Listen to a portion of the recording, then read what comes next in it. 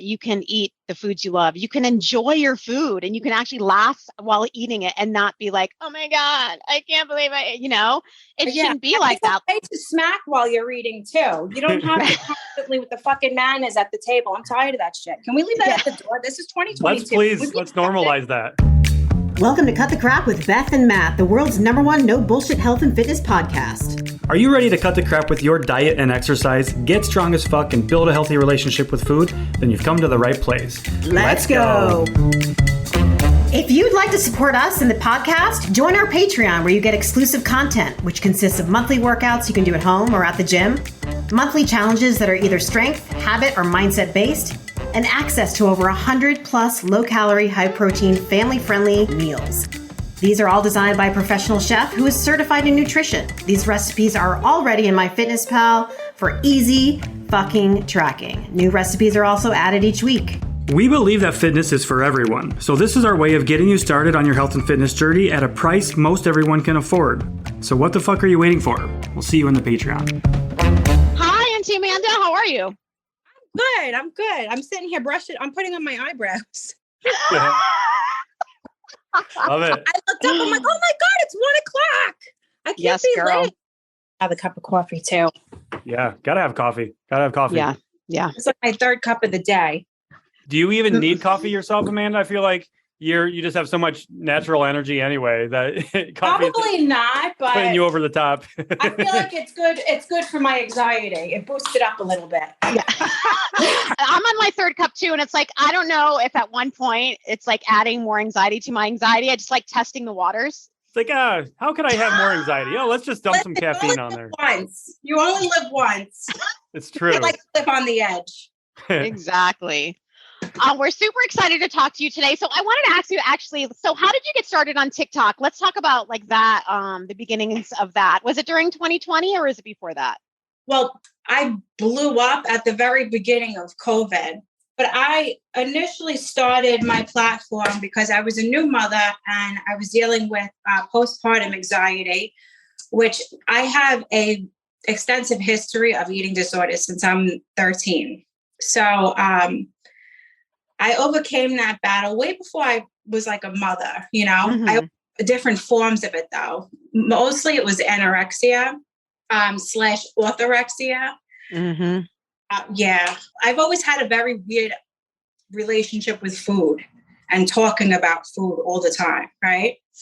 So I used to be very shy and not like to eat in front of people as a child, except for my family, but like, outward, like going out to restaurants and stuff, it's something I've always been very self-conscious about.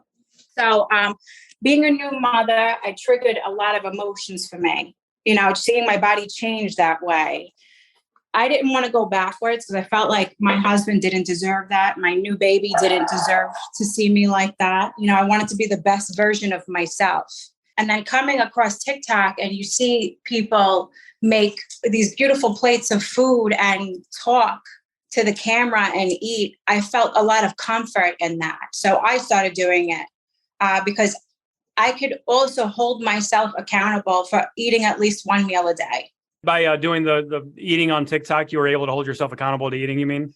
Yeah, absolutely. Gotcha. Like I was able to keep a little journal too. And then it kind of just took off from there. I guess people were able to feel what I was feeling at that time. I didn't realize how relatable something like that was, and even now, like I go out and even when I get recognized, it's a very humbling experience for sure. Knowing that my platform helps so many women with their relationship with food. And, you can enjoy those crazy treats. You don't have to constantly be on this perfect diet. You can be healthy, but also indulge here and there. I mean, I like to indulge more than anybody. But I think I spent so many years punishing myself. So I'm not afraid to try those things. I don't eat the healthiest. I don't. You have some fun foods in there though. Yeah. I like to share more of my snack times. So I've just been having a lot of fun with pickles and fruit roll-ups lately. I was going to say, I just saw a pickle and fruit roll-up video. I think you even put tahini on there. I was like, oh my God, what is this monstrosity? But hey. Look at that. Look at, holy shit. Holy tahini. That's amazing. Just the tahini in different sauces? Oh yeah. So I have like a nice little sauce collection here. Just not, well, I mean, tahini's my favorite, but we have like aioli, we have taco sauces, forget it. I'm like sauce. So I like to share like a lot of my comfort foods that I can pig out on and I don't feel guilty about it. In my mind, it's crazy to someone else, but comfort of food is like different for everyone. Mm-hmm. So I think people are looking at someone else eat, they're like, oh my God, like how is your sugar levels? How's your cholesterol levels?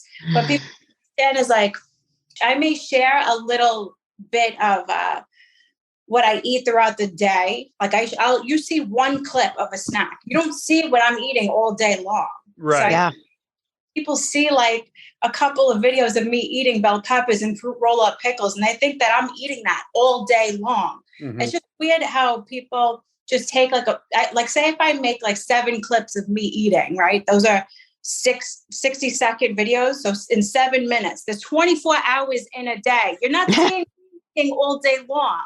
Yeah. I think another thing too, like the comments that I get is like, how do you eat so much and stay so thin? That, I hate reading that. Mm-hmm. Because, so many people, women especially, are conditioned to believe that you need to starve yourself essentially, and then you need to be small and skinny and as small as possible too, which is incorrect. Or literally not even enjoy the foods that you eat. Yeah, it kills me. Like a meal should not be a death sentence. You can enjoy food. And I wish somebody would have slapped me to smithereens, but if eating disorders are different for everyone. Mm-hmm. Triggers are different for every single person. There is no one soup. Like, this is what it is, and this is what causes it. Like, no. Some people, for me, it was control. Like, I have generalized anxiety disorder. So for me, it goes hands in hands. I also do talk therapy weekly, So it's something that never goes away. It's always been a loud voice in my head. But now that I'm in therapy, I've been going to therapy for years. My eating disorder is no longer that loud voice in my head. It's kind of like a quiet whisper. And that's the best way I can explain it. Yeah. It's no longer the driving factor behind all your thoughts and actions. And because the eating disorder, as far as I understand, doesn't really ever go away. You just learn how to manage it better. And like you said, the voice is quieter now. Yeah. It turns into a whisper. It's not something that, I overcame it. It's something that I struggle with every day, but it also brings me to my platform every day. Yeah. And you're helping so many people by doing what you're doing. I mean, just showing people that you can eat the foods you love. You can enjoy your food and you can actually laugh while eating it and not be like, oh my God, I can't believe it shouldn't be like that. It's okay to smack while you're eating too. You don't have to constantly with the fucking mayonnaise at the table. I'm tired of that shit. Can we leave that at the door? This is 2022. Let's normalize that. Yeah. We need to leave a lot of shit at the door these days. People are, I'm like, you guys, it's 2022. Haven't we been through enough? You're going to worry about me swearing or... That's a bad word. Beth, the world is fucking burning down. Come on. Can we normalize being a human being? Right. Yeah. And that's what we're here for with our podcast. Obviously, we're called Cut the Crap. So it's like, let's just stop the bullshit out there. Smack your lips if you want to. Like, swear if you want to. Like, just be authentic. It's fine. Like, it's fine. Okay. You don't want fake people on social media. Like, screw that. The 2000s are over. We want real people to be having a platform. Can be the realest person on the internet, you're still going to have people calling you fake. 100%. Yeah. It comes with the territory, unfortunately. Bullying is the new black. It's pretty sad. Oh God, yeah. Yeah. I'm sure you, with the size of your platform, you probably receive all kinds of atrocious comments. I can imagine. That's what I was just going to ask, Matt. How do I deal with that? I've learned it. Let me tell you, it wasn't easy in the beginning, and I still struggle with it. I'm a human being just like anybody else. I'm not this Wonder Woman character with the emotions and feelings of steel. It comes in waves. It goes up and down. I have fan sites. I call them fan sites that like put pig noses on pictures of me and videos of me. Oh yeah. Really? Yes. Oh, I get teared apart. But I've learned to realize that those things have nothing to do with me. Even though they're about me, they have nothing to do with me. I don't know. There are people hiding behind the screen. I don't know what their lives are like. I don't know what struggles they deal with every single day. They just see somebody on a platform, and I guess I trigger something in them, an insecurity, or maybe they genuinely, I did something that they didn't like.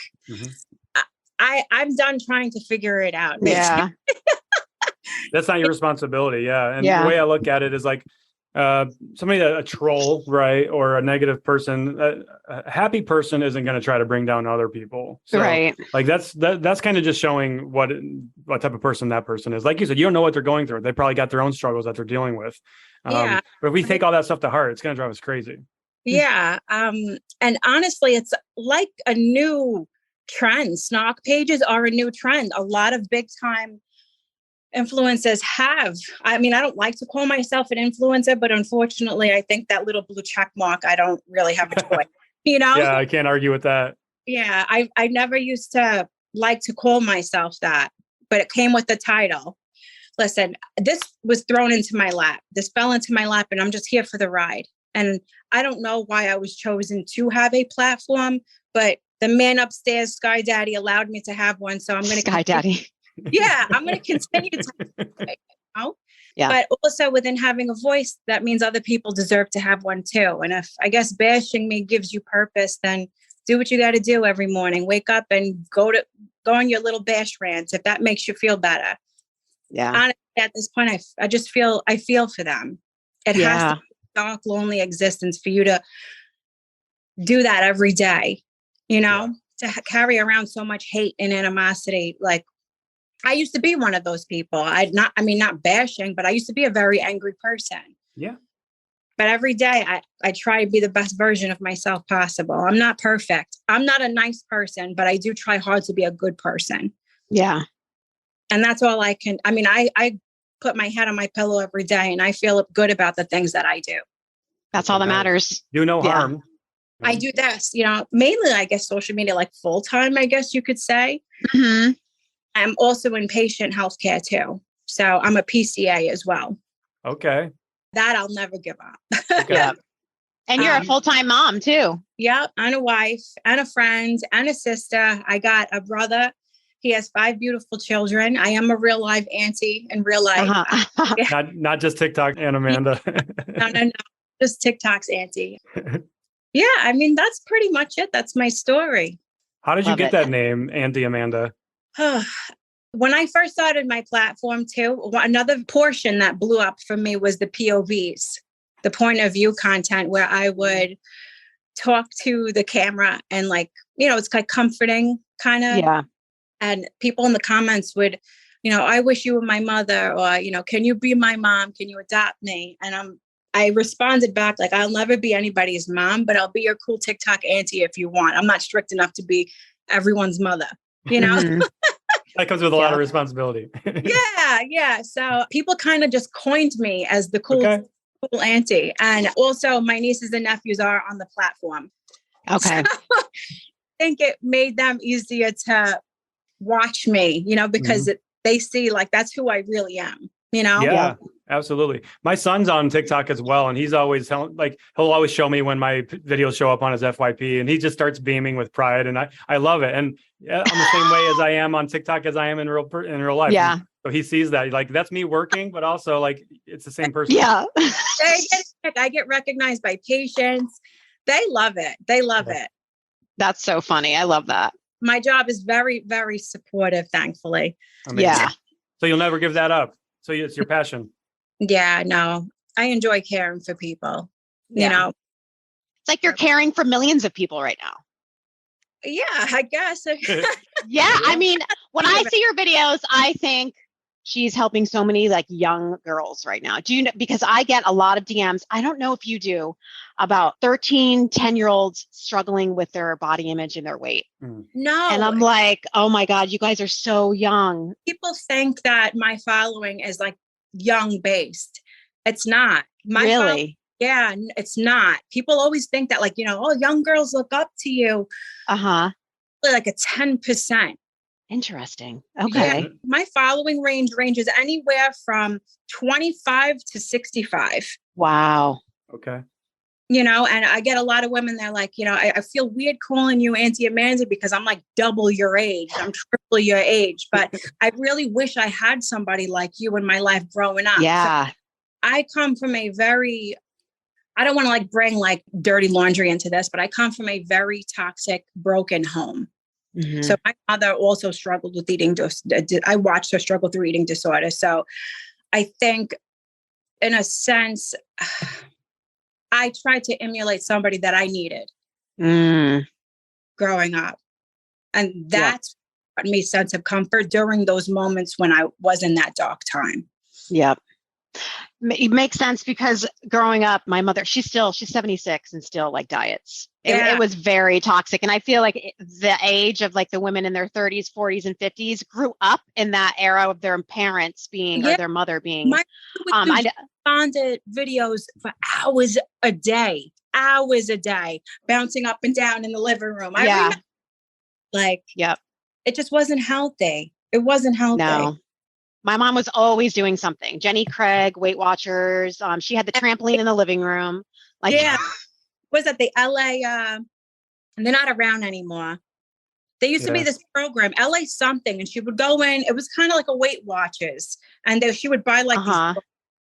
I forget what it was called. I'm trying to think who that is. They were big here in Staten Island for a little bit.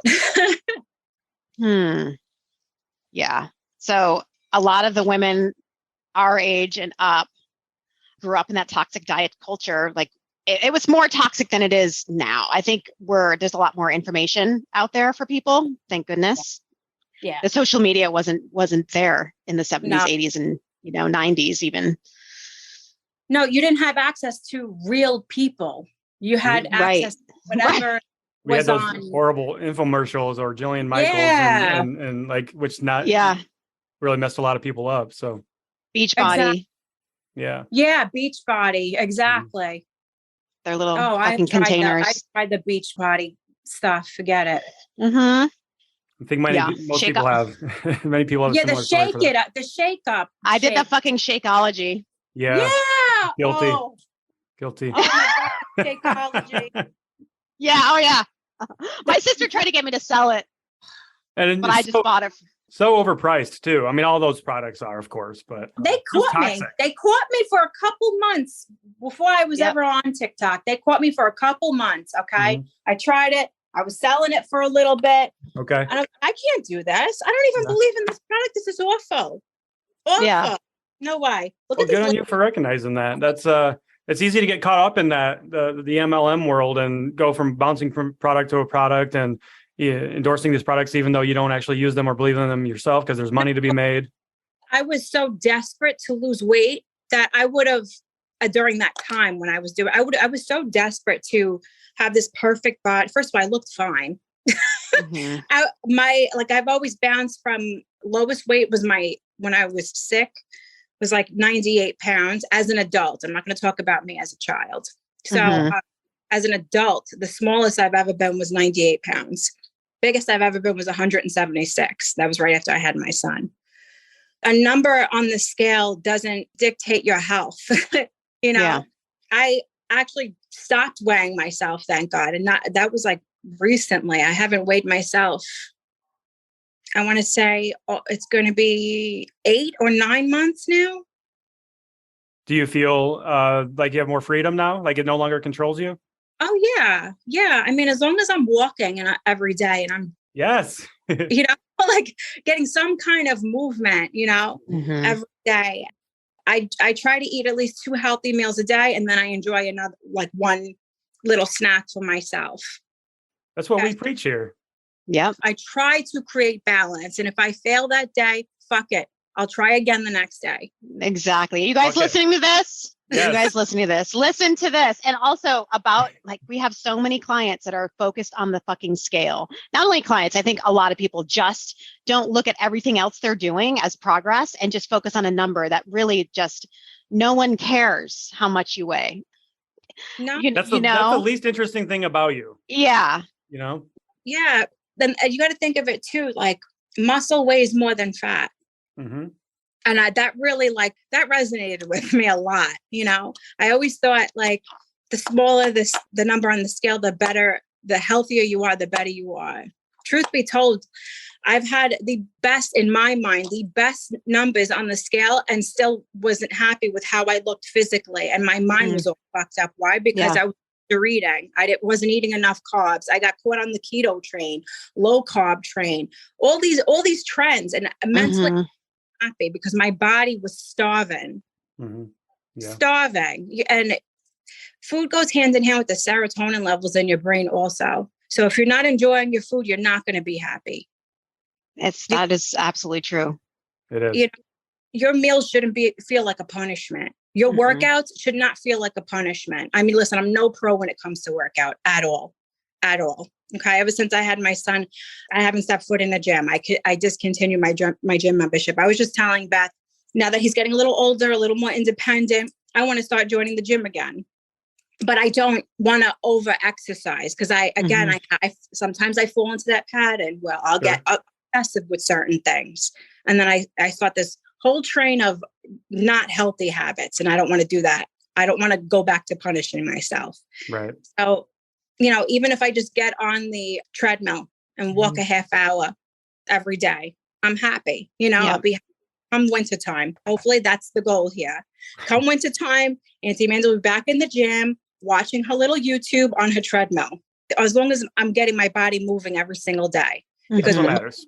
Your serotonin levels too, it gets higher once you start working out again, right? That's all good for your brain. Yeah. Plus it's good for your heart. Got it. Your heart's a muscle. Mental health, everything. Yeah. And Lord knows I need help with my blood pressure because all the damn pickles I've been eating. Is that like a staple for you? Is the pickles? I've been watching some of your videos. How did that freaking pickle thing happen? Yeah. Oh God. Okay. So I'm not the creator of that. Okay. I did not create that. That trend has been going on for a while now. Okay. And it's been haunting me. So I was like, you know what? I'm going to reached out to one of my girlfriends. She owns Candy Boulevard, which is a candy company in California. I really love her content too. Like she's just fun, you know? Yeah. So I'm like, you know what? What's this hype about this pickle shit? She blew up last year with this chamoy pickle kit. I'm like, Daniela, I just bought a chamoy pickle kit. Tell me how to eat it. What do I do? So she tells me how to eat it. I get it.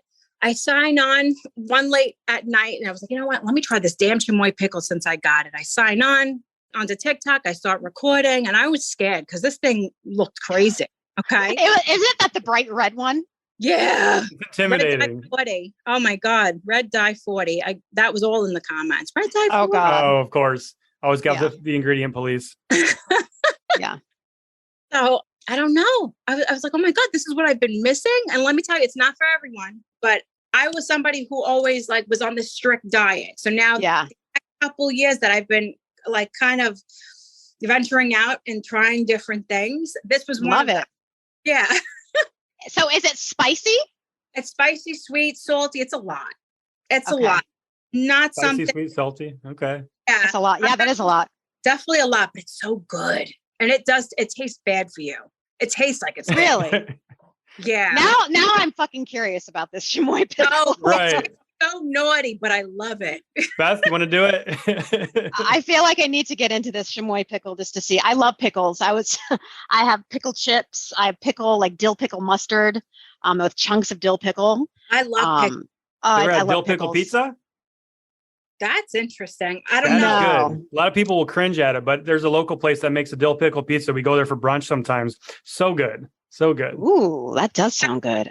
Like the mom and pop mecca of Italian pizzerias here. Okay. True. There's actually a pizzeria. One time I was in a pizzeria and somebody came in and ordered a ham and pineapple pizza. And the guy behind the counter looked at the person up and down and was like, we don't do that here. So I'm afraid to go in and ask for a picture of my pizza, but I'm going to try that. Well, hopefully they don't rip you a new one. If they did, tell them that we sent you. So I'll just make it here. I'll make it in my own kitchen. There you go. Yes, there you go. Dill pickle pizza. Try that. I look forward to seeing your video of that because I love the videos that you do too. You just normalize eating food and also reminding people to eat. I think that goes a long way with that too. I think do you even do some videos like that where you say hey, like let's eat together? And I love those. Yep. I love those. I do too. They're welcoming. It's almost like, okay, let's eat, Amanda. I'm having lunch right now. I try to welcome people to my kitchen, you know. Mm-hmm. I like making people feel loved. Yeah. Mm-hmm. You know, good job. I try. I'm not perfect, but I try. Because in those moments I need it too. Yeah. Yep. And that's the thing about TikTok is like when I make videos, I feel like I'm helping myself, but I want to help others. But really a lot of it comes from internal shit or stuff I dealt with in the past. Yes. And that's the great thing about TikTok is the authenticity about that app, that people just they're so truthful. Most of them, not everyone, are on there, you know. And then I saw a video of this creator was like, why are all the fucking famous people on here now? They don't want to be here. They're just doing it because their manager told them to get on TikTok. They're like, you didn't start here from the beginning. We don't want you here. Yeah, but they're people too. Come on. It's just we got in TikTok obviously in the early days before it blew up the way it did because late 2020 is really when it started picking up, I think, or middle of that year. And it's like our baby that we were involved with is no longer the baby essentially. So yeah, this platform has become very crazy. Actually. I mean, now you get a music artist on there, and I think your husband's a musician. Is he on there? Not for his music. He's kind of like the supporting. Gotcha. Okay, because I know. Like musicians, record companies now are like, if your song doesn't go big on TikTok, like don't even come knocking on our door. Essentially, you need to have a TikTok hit first before we even sign you. As a hobby, we have actual jobs. Like people think that we just stay home and do this all day. We don't. Yeah. We actually have jobs. Yeah. I keep as much as my personal life separate from this now because of what it's turned into and the bashing and the constant bullying. So I just let people assume whatever they need to assume about my personal life, and that's fine. You do what you got to do, whatever. You gotta have that boundary. Yeah, but I don't share. I keep my personal life a line. Yeah. I'm not going to sit here and prove myself to people that I just don't need to. It's for your own mental health, and that's important. Yeah. So we're actual real people with real jobs, and like. Yeah, we just separate. I think music for Joey is just a hobby. You know, it's that and his friends do together. You know, cool. Yeah. I don't have my son or husband are never on TikTok. Yeah, I saw. Yeah, you keep it very. Yeah. And rarely, I'll have my husband maybe and son in the stories on Instagram, but that's about it. Yeah, you don't see him too often. But I used to share a lot of my personal life in the very beginning when my platform. And I think that's where people don't understand. Like, why did you stop this and why did you stop that? It's because the platform changed. Yeah. So I had to change along with that. Look at all the stuff that's going on. Yeah. Especially like having children on the platform. That, you know, like there's some crazy fucking people out there. Exactly. I even have to be careful. Like if there's something like with an address on, like I've made videos and I've gotten messages. There was an address on that envelope, and I'm like. I wouldn't even have thought of that. Yeah. Like, shit, take that down. Yeah. It's just not, it's, you know, you got to try and protect yourself in a way too. Yeah. Definitely. Yeah, for sure. So do you have, like, when you make content, do you just wake up and just whatever comes to mind, you just, Yeah, I work best like that. I can't, like, I can movie star or, because I can't memorize scripts. Don't ask me to memorize read a teleprompter or never script something. What I'm saying in my videos, that's just me, what I'm feeling in the moment. That's why I'm usually dropping F-bombs and raising my voice because I'm just very excited. I I hit the record button and I go, whatever it is. Like if you're telling me, Amanda, you got to say this, this, and this, and blah, blah, blah. I can't. No. Then get it. I'm not doing it. Right. It's no longer fun. Right. It's no longer fun. No, it's got to be fun. Yeah, no. So I don't, and I also don't plan out my content either. Like I recently made a chicken cutlet video. People love chicken cutlets. Oh, So convenient. Oh, I love it. I make them by the batches. I keep it in my fridge. Yeah. So my husband does too. His 104-year-old grandmother, his nanny, Italian, like chicken cutlets are the thing in our family for sure. Yeah, my husband's Italian. I'm Puerto Rican. Uh-huh. So, the food. I was gonna say that's a good mix of yummy food right there. That is a lot of food. Is it possible for you to pick out a favorite dish? No. That's good. I mean, that's good.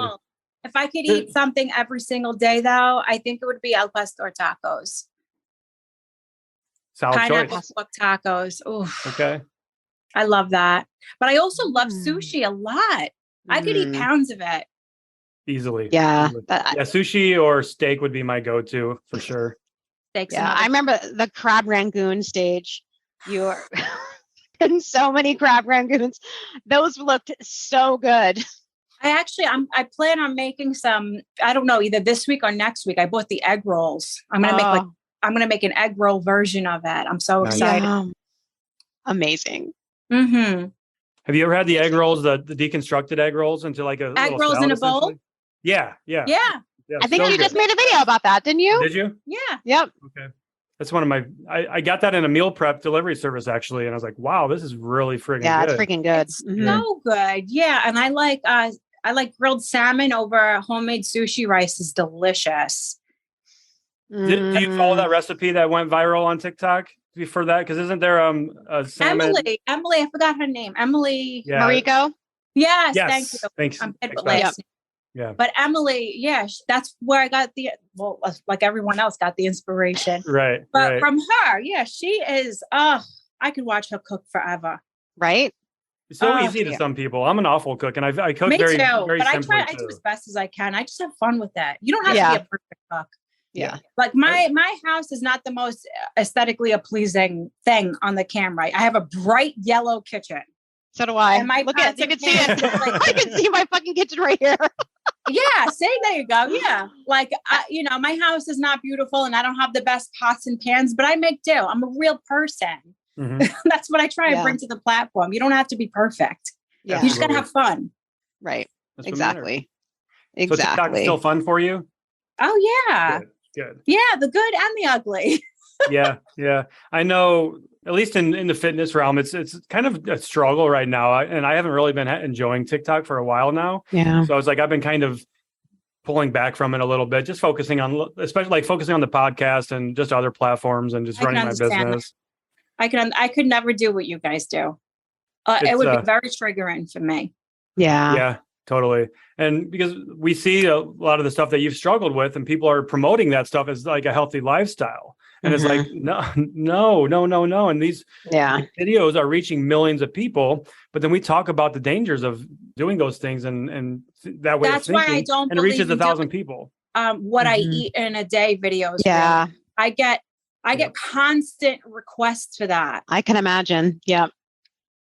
I don't like, I go back and forth with it. I'm like, do I want to do it? Do I not want to do it? I'm not a huge fan of them anymore. I used to they give people meal ideas, but also it's like you're eating it in a way that works for you, right? That's your diet. That's your way of eating. It isn't Joe Schmo's down the road. I think I've done like 2 or maybe 3 max. So I started getting questions about how many calories is that? How much do you weigh?